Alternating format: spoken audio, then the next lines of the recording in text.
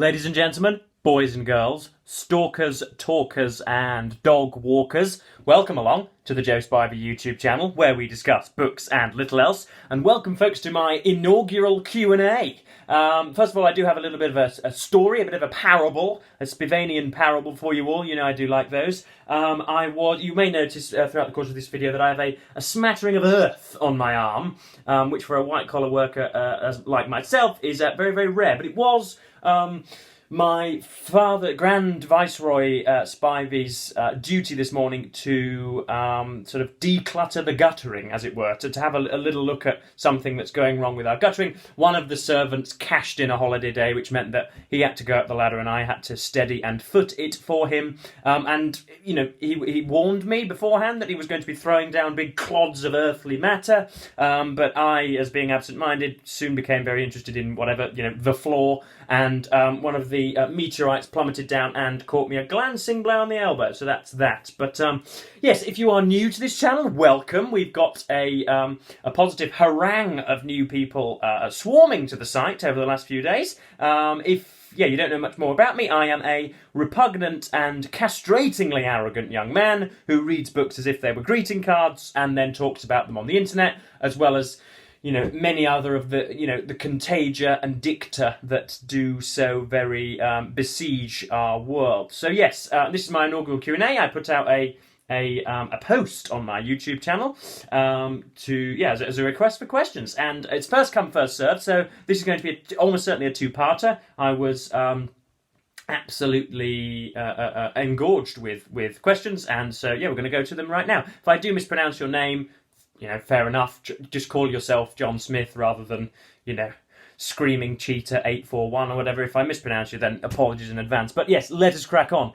First of all, we have a question from Louder Than Bombs 1532. What a year it was. Do you have a favourite Dostoevsky book? And if so, why? I've mentioned this before on the channel. It's The Brothers Karamazov. I do like Notes from Underground, but The Brothers Karamazov primarily because it's a large book. Dostoevsky gives himself a bit of elbow room. I like big books, and I cannot lie.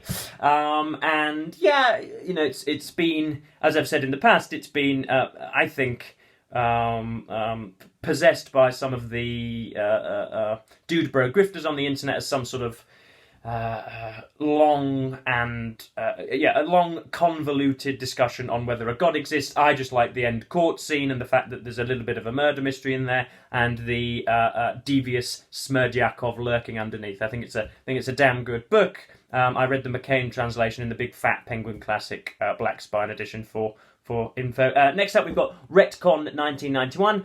Do you have any hobbies beyond reading? Also, have you ever read any of the works of J.B. Priestley? If so, thoughts. So, hobbies beyond reading. I am, football crazy, football mad, sport crazy, sport mad. My dad gave me the epithet of Sport Billy from the age of about 3, as well as Smeagol and Pikelet feet, but we won't get into that.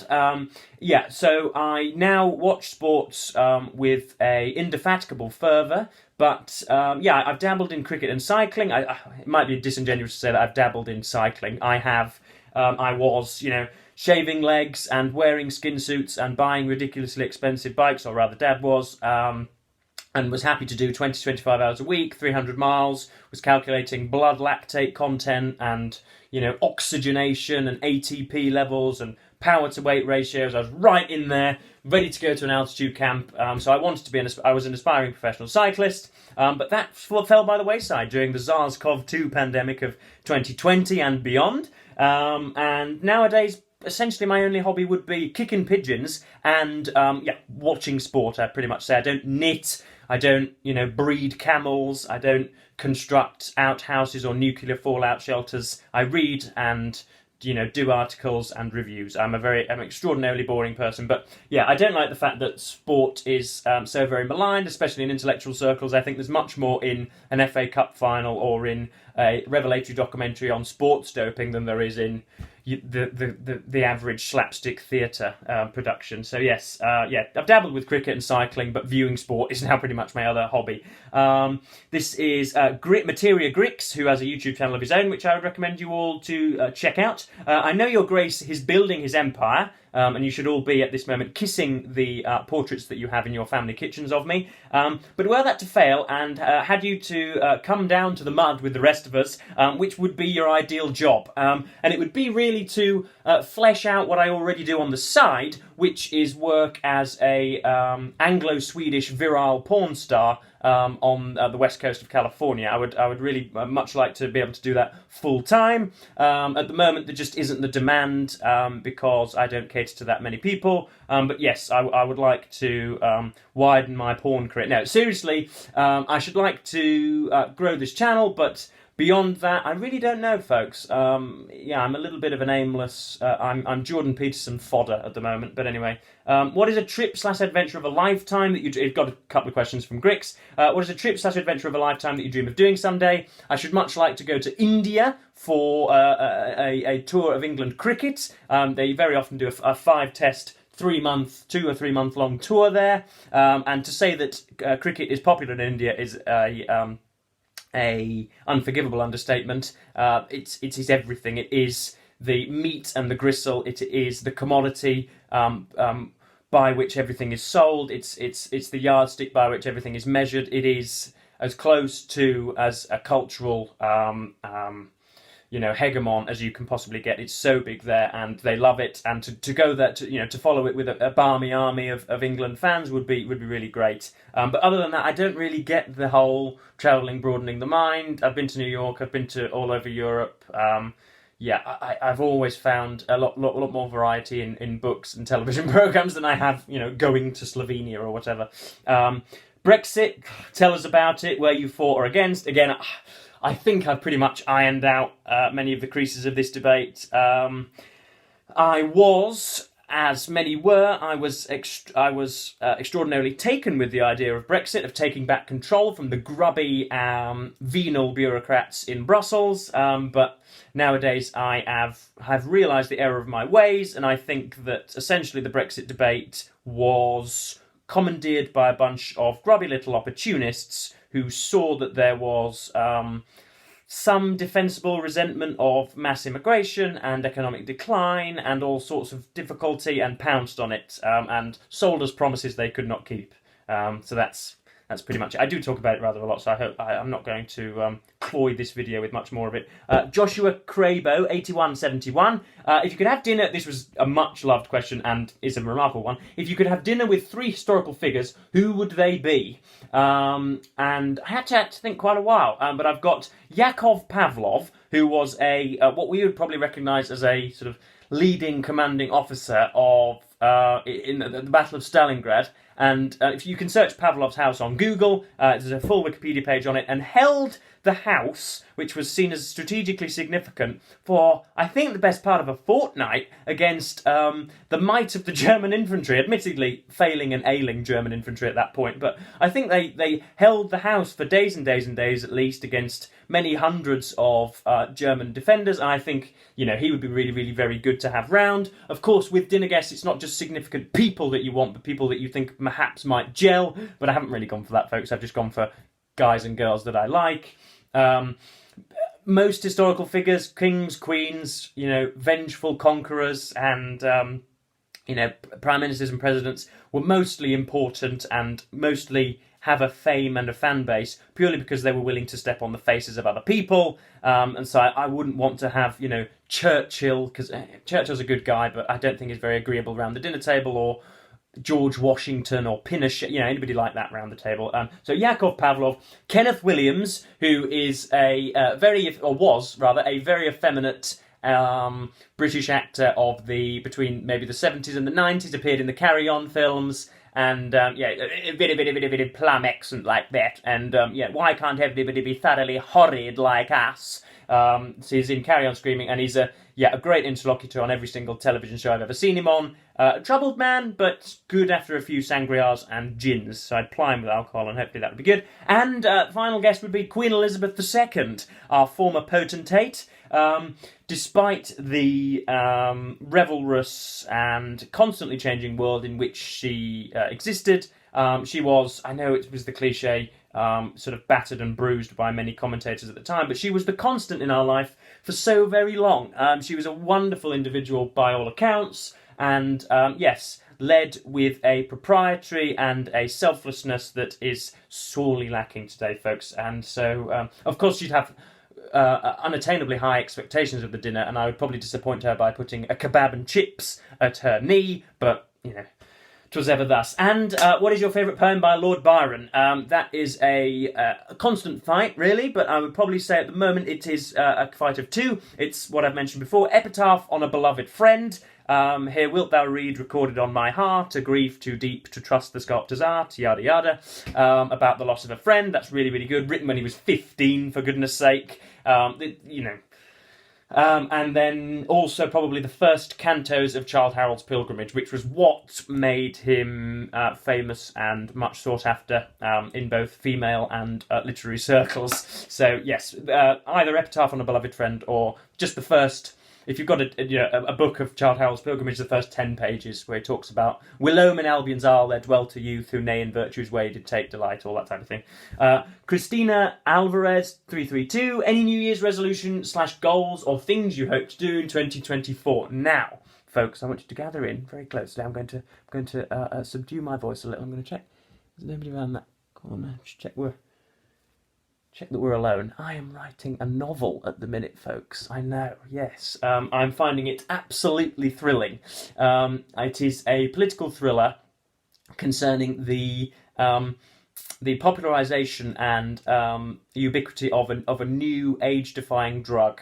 And there is a populist leader who has risen, who has climbed the greasy political pole in Britain because he was the only member of is the only leader of any party that was willing to tell the polity that he would implement this drug or legalise it when it came in. So I'm writing between 1,000 and 1,500 words a day. Have been doing since January the 1st, and I'm absolutely loving it.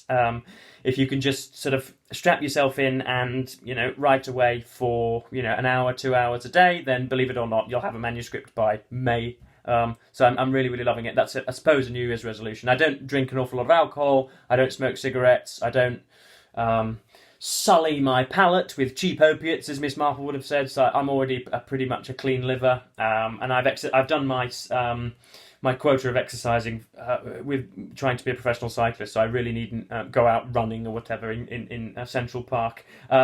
Books, Songs and Other Magic asks... Oh, sorry, no, I've missed a question. Good Lord. Mrs. Voorhees, if you could only recommend one book that everyone should read that you love, what would it be? Love your channel and energy. Thank you, Mrs. Voorhees. Presumably the mother of Jason. Not quite sure what parenting methods you utilised employed in order to produce that monster, but there we are. The answer to this is probably, I could say all sorts. I'm going to go with a non-fiction book, Eichmann in Jerusalem, very thin thing. It's in a Penguin Modern Classics. The cover is this eponymous Eichmann sort of chin-stroking in his cloister in Jerusalem.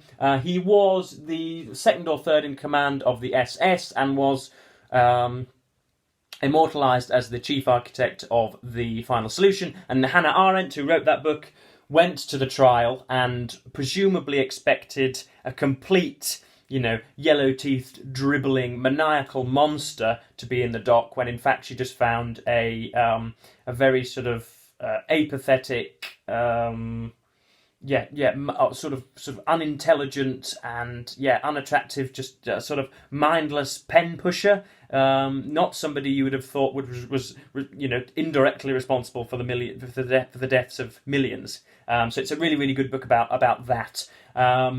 Next up we have Books, Songs and Other Magic. Hi Joe, congrats on the massive success with the channel. That's a dubious statement at best. I have a question. Could you name an author and a musical artist that you think your viewers would be surprised you like? Could be a weird one, but it might be fun. It's an excellent question, again. And it's going to be the non-fiction work of Owen Jones, who works out of London now, and like myself is a complete traitor to his geography and his class. He like myself was born in the north of England and now talks as though he comes from the home counties or Berkshire or something. But his non-fiction writing is really, really good. He would be a political counterpart of mine, definitely the other side of the coin. He believes in all sorts of things that I believe either don't exist or are dysfunctional for society, SSRIs, that sort of touchy-feely, lefty-leaning nonsense about mental health. Of course, depression exists, but tablets and talking about it with your friends isn't going to help. You need an objective in your life, and you need to stop drinking alcohol, and you need to park your phone somewhere where it cannot be reached. But I'm not going to go to a rant. Yes, Owen Jones, his book on chavs, it's called Chavs, on the working class, on the demonisation of the working class in Britain, is really, really good. And the musical artist that my viewers would be surprised I liked is probably Eminem, actually. I went through that, that obligatory usual phase when you were about 13 or 14, when you've never read a single line of poetry and you think Eminem's the greatest lyricist since, goodness knows, Tennyson or Ovid. So yeah, I don't mind. Yeah, I think he's he's good, isn't he? He's inventive, and the freestyles are nice. Some jaunty tunes and that. Yeah, that's pretty much it. Marshall Mathers from Detroit. Renee at the Left-Handed Reader, another channel that I'm sure you all follow, but if you don't, please go across there now. One of my great BookTube friends asks a few questions. Do you have any plans regarding university or otherwise? I think you said in a video chat that you had taken a break. As I was a non-traditional college student myself, I enjoy hearing about other non-standard paths. Is there a reading experience that was pivotal and or meaningful? So that's the second question. I do not have any plans to return to the cesspit that is undergrad or tertiary undergraduate study of especially the arts and humanities, English literature. No plans whatsoever.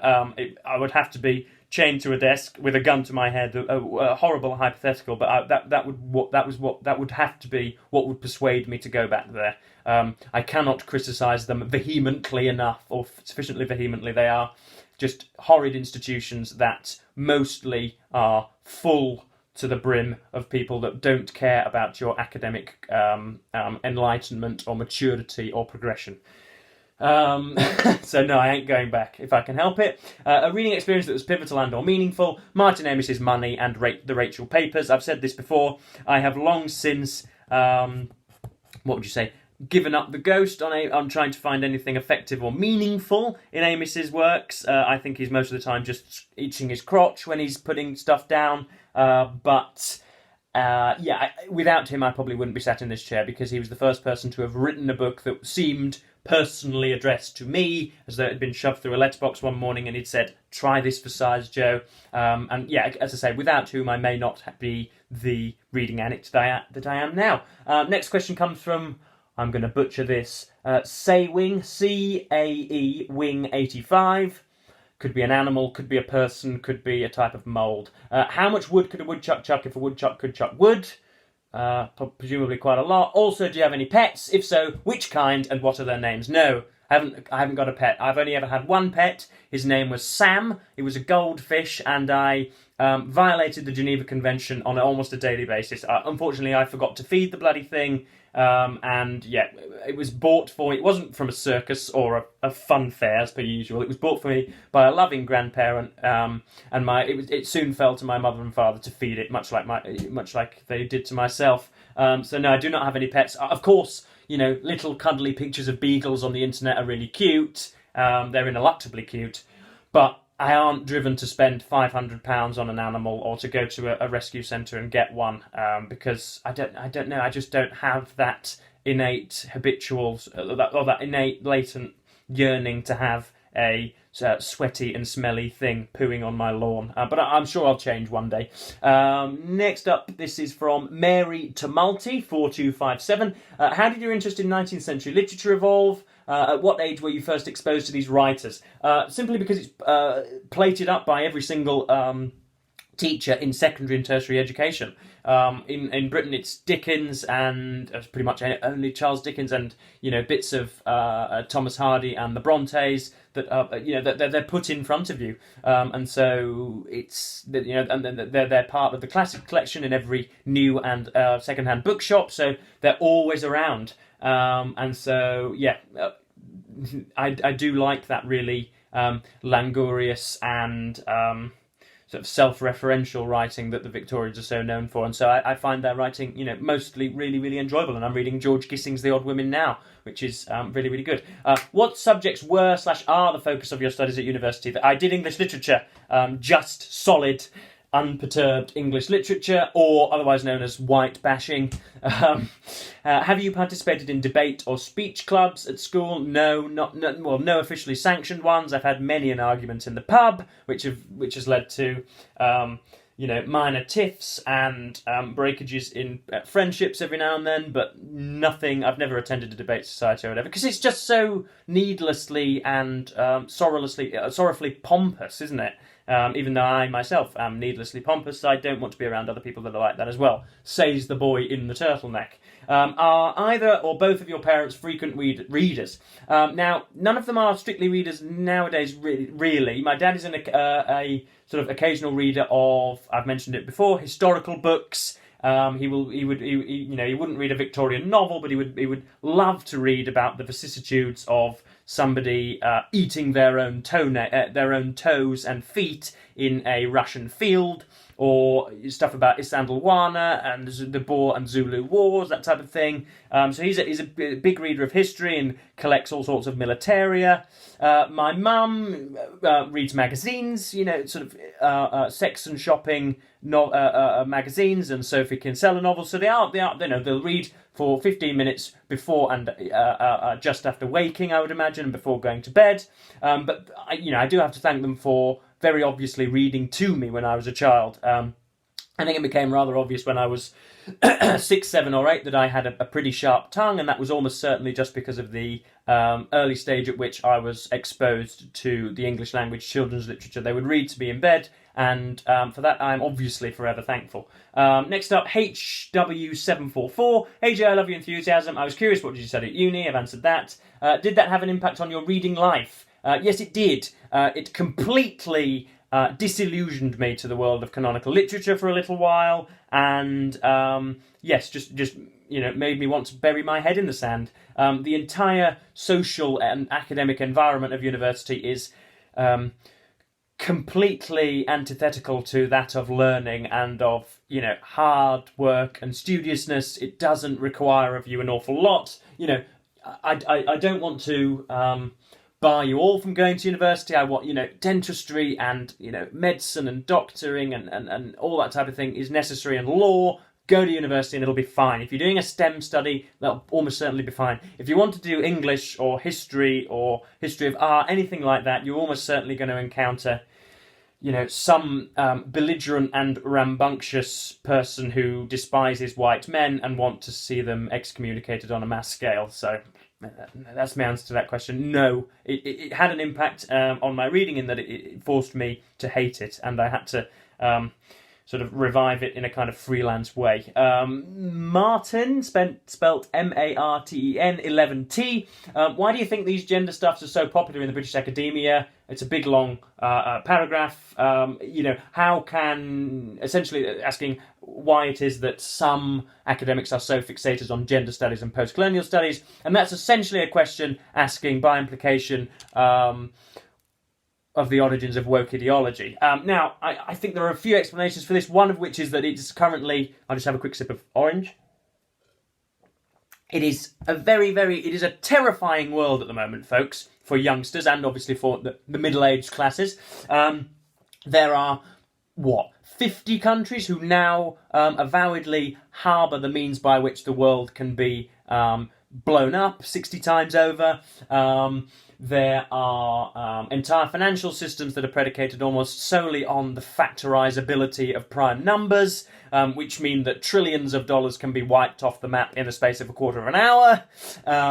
There is an orange man with blonde hair who wants to reassume power in the White House and mould America to his own fascistic tendencies and ideals. There's a bloke in Russia that's, sort of going through Ukraine, if I want to buy myself a house these days, I have to work for 30 or 40 years, presumably with a girlfriend who will work for 30 or 40 years, in order to get a £50,000 or £60,000 deposit together, in order to be given a mortgage for a house. And so, we're in, times of economic collapse. There's all sorts going on. Oh, there are so many dumb ways to die, and so it's a terrifying world. And so it's not an irrational response to be that kind of that terrible recalcitrant, that typically screaming protester that has been memeified so very much. And also the second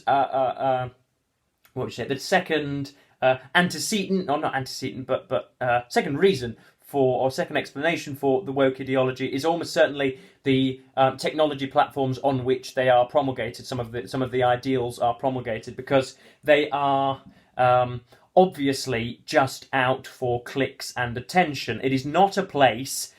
They're so attentionally detrimental. It's obviously not a venue to go for if you want long, drawn-out, thoughtful enlightenment on a subject. It's just clicks and venomous and therefore ill-thought and irrational responses to something. And of course, that is going to mean that you're going to get some crackpot stuff, which is essentially what the woke ideology is. So yes, I'd hope that goes some way to answer. I think that's why the academics love it. And of course we have the privatisation of education, which means that the students aren't there to be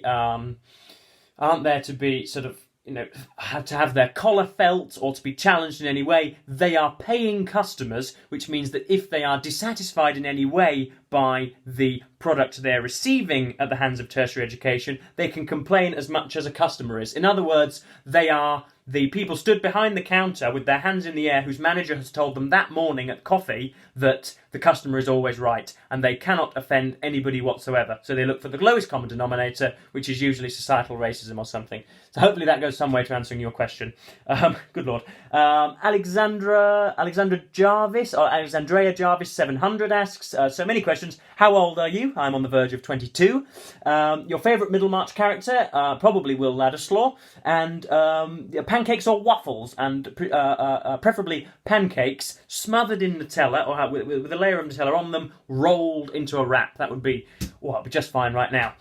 Mark Finch 481, congrats on the channel, fun stuff. You've inspired me to read my first Amis times Arrow, which has been sitting on my shelf for a decade. I don't believe this has come up on your channel. Any thoughts on it? Is it representative of his broader work? Should I reread it in reverse? That's very good.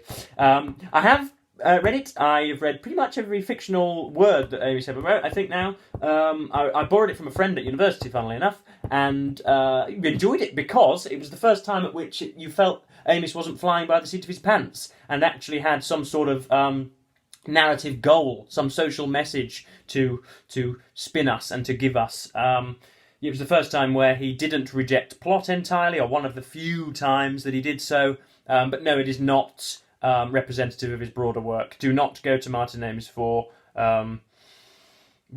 plot twists and character development and sober remarks on the human condition. If you are a young gentleman who likes the feel of an erection of a morning and likes to think that every woman in high heels wants to go to bed with you and thinks that smoking and spitting out snot across the pavements is a positive, recommendable practice, an advisable practice, then you're going to love Amos's books. But he is a fun writer, I will give you that. I think this is going to have to be probably the last question of this Q&A for now. It's going to be two-parter, but yeah, 2 half-an-hour slots would be nice. This comes from Luke Farrell 6769. Thanks, Supreme Leader Spivey.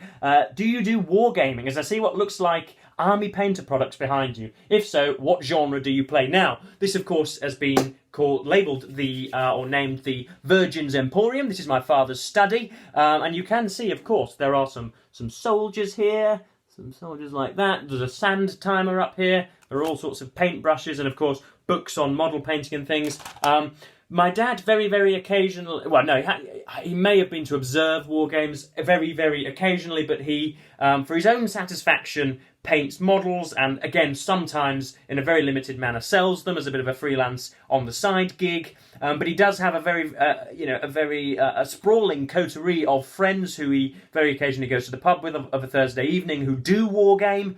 But I don't wargame, no, because I happen to have had sex with a woman once in my life. And so, yeah, haven't bothered with it. But yes, we ridicule and lambast those people who do so. I'm sure it's a very, very fun practice, but it is, of course, ridiculed on a wide scale. And it's something, a comedic point at which me and my dad meet. But no, I do not wargame, unfortunately, and I don't even know any of the genres. I like Lord of the Rings and all, I know that some of that spurned from, is I know that Lord of the Rings is a bit of an antecedent to some of this stuff, but I don't do it myself. But yes, I'm getting an incredibly dry mouth from lack of fluid and need to go and empty my bladder and need to have a life of my own, folks. So I think I shall, as I say, I shall reserve the rest of there are still plenty more to get through for another half-an-hour video, probably this time next week. But yes, I'm going to cap this at 30 minutes. So thank you ever so much for watching, BookTube, and goodbye.